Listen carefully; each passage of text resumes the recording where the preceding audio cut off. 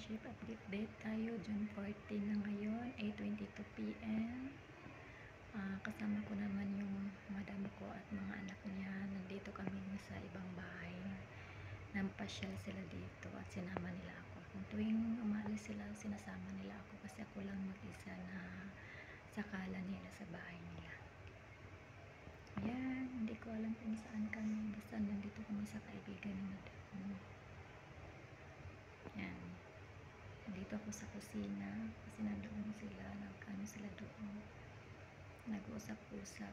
Maraming mga madam doon sa sala. At dito ako pinahintay sa sala.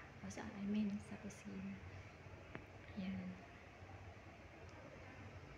Okay, yan lang. Ang hapdi ng labi ko. Nagsugat-sugat na. Hindi ako nakabili ng Vaseline Petroleum Jelly. Sana okay na to. Masakit talaga ng ko, ang hapdi. Well, alam nyo ba, normal lang sa kanila na minsan mainitin yung ulo. Sinusura-sura kapag mag-utos. Pero, walang problema yun kasi talagang mabait naman sila sa akin. Kaya masaya na rin ako yung sa kalagayan ko. Nagpasasalamat na rin ako ng Panginoon kasi mabait naman sila. At komportable naman ako sa kanila kasi sanay na ako kasi galing naman ako sa Kuwait. So sanay ako sa mga ugali ng mga madam dito sa ibang bansa, dito sa Middle East. Kaya kahit minsan nagsigaw yung amo kong babae, so okay lang kasi nga sanay ako doon nga sa Kuwait lagi yung nagsisigaw yung amo kong babae. Dito lang talaga minsan lang yung moody nila ba. Yan lang. Friendship, mga kasamahan ko sa sa agency na Exaltan. May sasabihin pala ako sa inyo. Alam niyo ba, diba nandito kami sa bahay ng parents ng kong lalaki. Alam niyo ba, nagulat ako nung nakita ko kinabukasan yung si Christy. Alam niyo ba si Christy Castro? Castro ba yung apelyido niya? Yun. Yung amo niya is ina ng among lalaki ko. Kaya nagsama kami doon sa bahay ng parents ng amo kong lalaki. Nag-usap-usap kami, lagi kami nagkwentuhan. Yung sa amo niya is malaki yung bahay. Kaya talagang kayod kalabaw talaga siya sa umaga. Kasi ang laki ng bahay. Pero may mga kasama naman siya, dalawa, yun. Pero ibang lahi. Hindi niya maintindihan kasi hindi naman marunong mag-English yung kasama niya. Kaya sabi ko, maintindihan mo rin yung mga salita nila, paunti-unti. Basta tandaan mo lang. Yun. Kaya masaya siya. Masaya kaming dalawa, nakita kami doon. Kami lang talaga nakaintindihan ni Christy doon.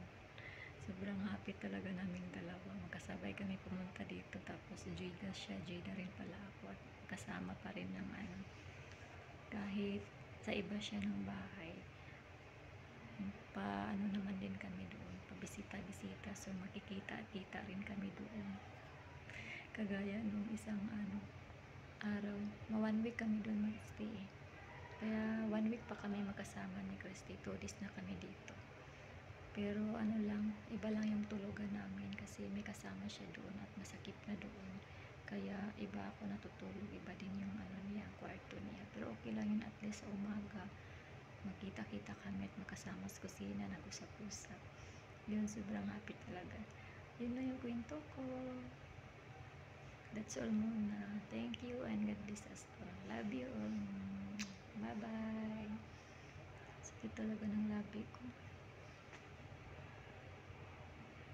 Natusan ako ng madam dito. Nag-slice dito ng onions. Kaya okay lang. Wala naman akong ginagawa. Hindi ko ako mag-isa sa kusina. Alam ko lang kung may katulong na sila dito. Hindi ko nakita. Kaya pa naman. Alas 9 dito. Natulog na yung katulong. Kung mayroon na. Ang swerte naman. Aga na tulog.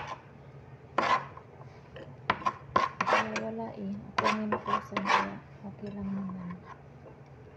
Ayan yung chicken. Gagawa siya ng chicken kabsa at ang lutuin ng madam dito.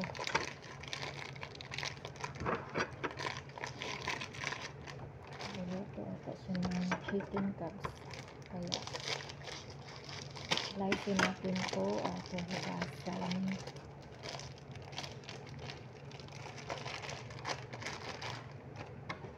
Wait lang, hugasan ko.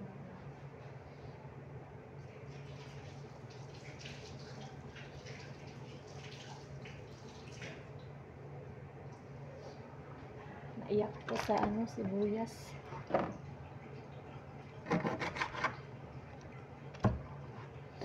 Dalian natin baka sabihin matagal akong mag-slice ng manok niya.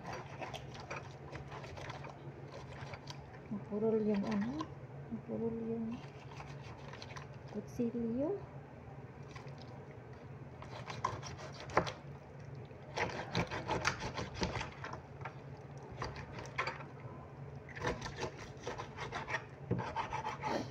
Mapurol ng kutsilyo. Ilang kaya to? Kay madam isang slice lang.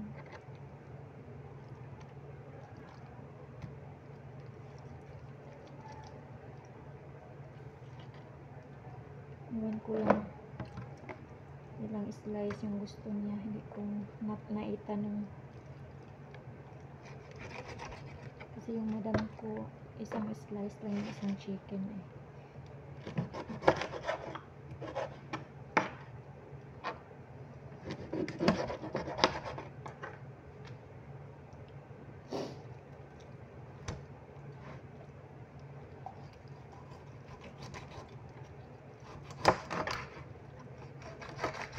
Iyak ako sa sibuyas. Hindi ako naiyak na sa sibuyas lang talaga. Well, totoo naman na talaga ako. Nalulungkot ako dito. Tiniis ko lang.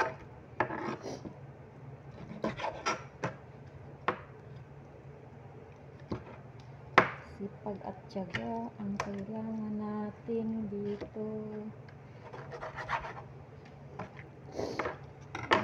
Okay na to, kaya iwan ko lang dito. Yan lang muna naman. Yan rice nila dito.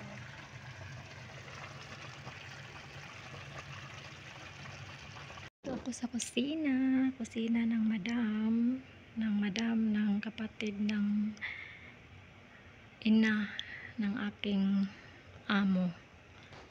Ito yung kusina nila. Katatapos ko lang naghugas ng pinggan kasi nandito kami. Katatapos lang din nila kumain. Ang oras ngayon is 12:10 AM. 12:10 AM na. Kumain kami ng hapunan is 11 PM. Yan. Busog na ako sa oras ng 11 PM. Ganito talaga araw-araw yung kainan nila dito. Kaya nasanay na rin ako. Yung tiyan ko nasanay na rin na late na kumain. Kasi doon sa Pilipinas, alam naman natin na ang hapunan natin doon is 7 PM or late na yung 8 PM. Pero dito, 11 PM or 10 PM. Hindi pa yan late sa kanila. Okay, nasanay na rin ako na ganyan na oras. Sanay na rin yung tiyan ko, yung sikmura ko. Yan lang. God bless us. Take care everyone. Take care friendship. I love you all. Bye. Bye.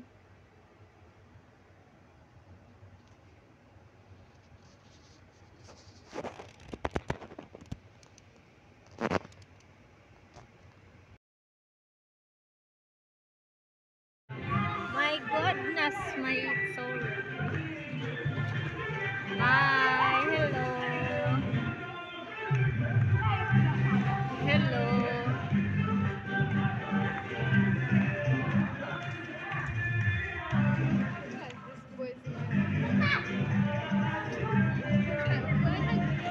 Nag-swimming sila dito.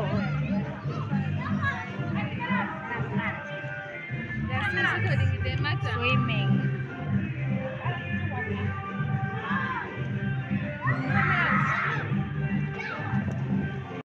And dito kami sa Sayara, sa swimming pool.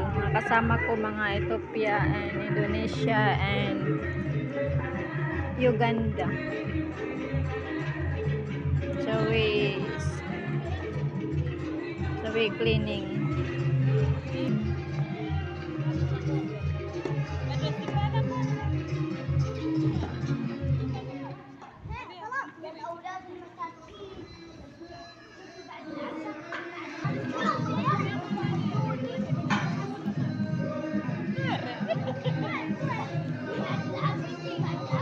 Yan.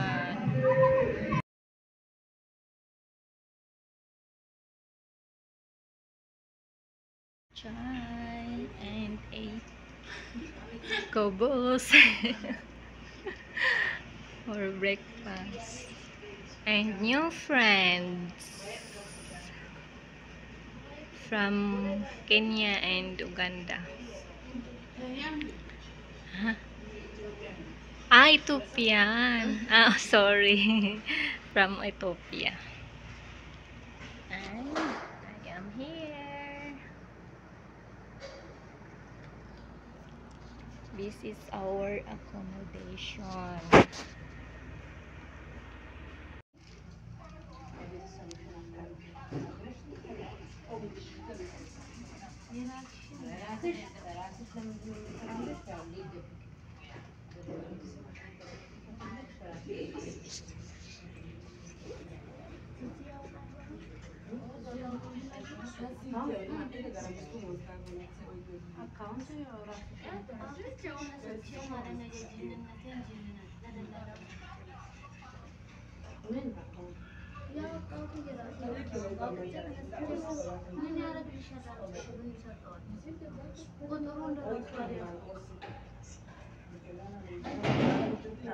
Take care, Day. Mary Jane, I'm Pink. Take care. Take care. God bless.